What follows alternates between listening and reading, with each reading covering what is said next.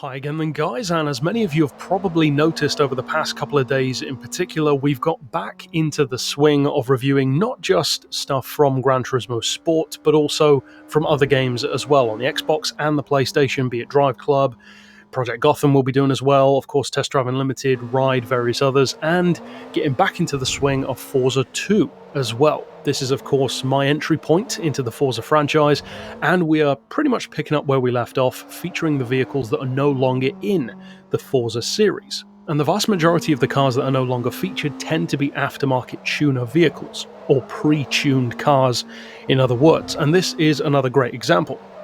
Now, I would actually say that this is probably one of the more interesting aftermarket cars, for me personally at least. It was always one of the ones that caught my attention, and it is of course based on a Toyota Celica, the ZZT231 shape if I recall correctly I think, and it's still front wheel drive. You've got a pretty hefty body kit on this one, large rear wing, very distinctive livery with the orange and kind of blueprint effect underneath, kind of where the paint is stripped away, which I think looks pretty cool. Kind of reminiscent of the sort of thing that you'd see in the first Need for Speed Underground game.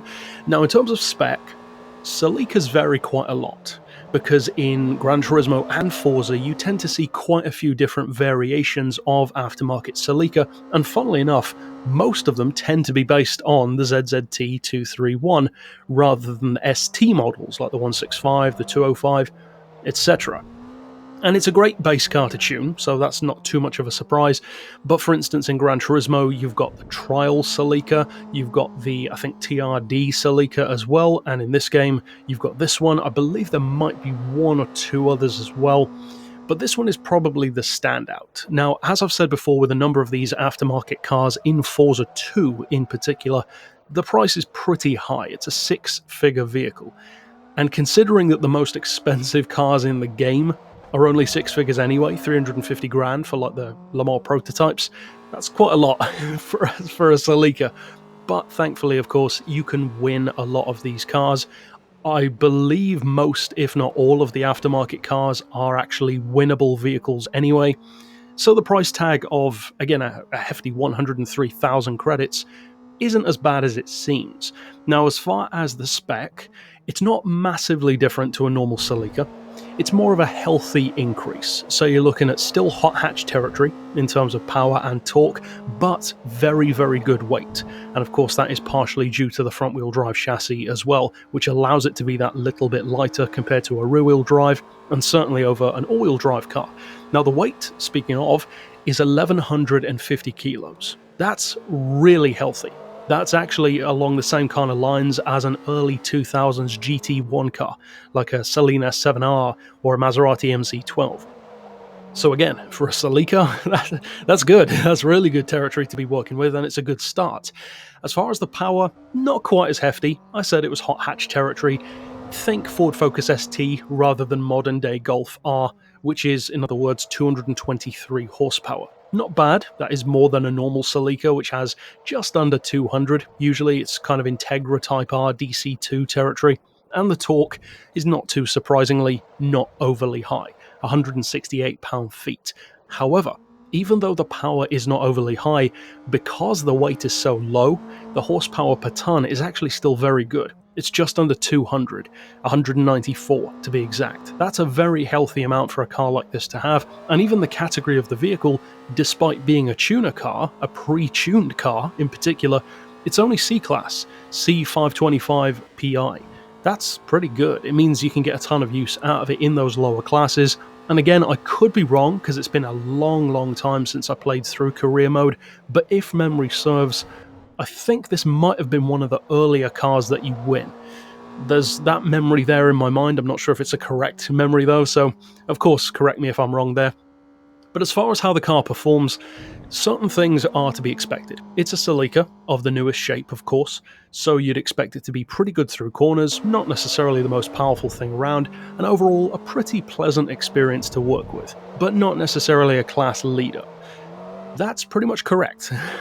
On all points, it's got great handling, the front-wheel drive chassis is very good on the Celica, at least in games, and in Forza I would say it tends to feel even better than it does in Gran Turismo usually, because in Gran Turismo you've got so many different variations of JDM cars that the Celica can easily get overlooked, especially of this newer generation. The older ones, of course, they have the rally heritage, the all-wheel drive, they're much more powerful, so they do stand out more.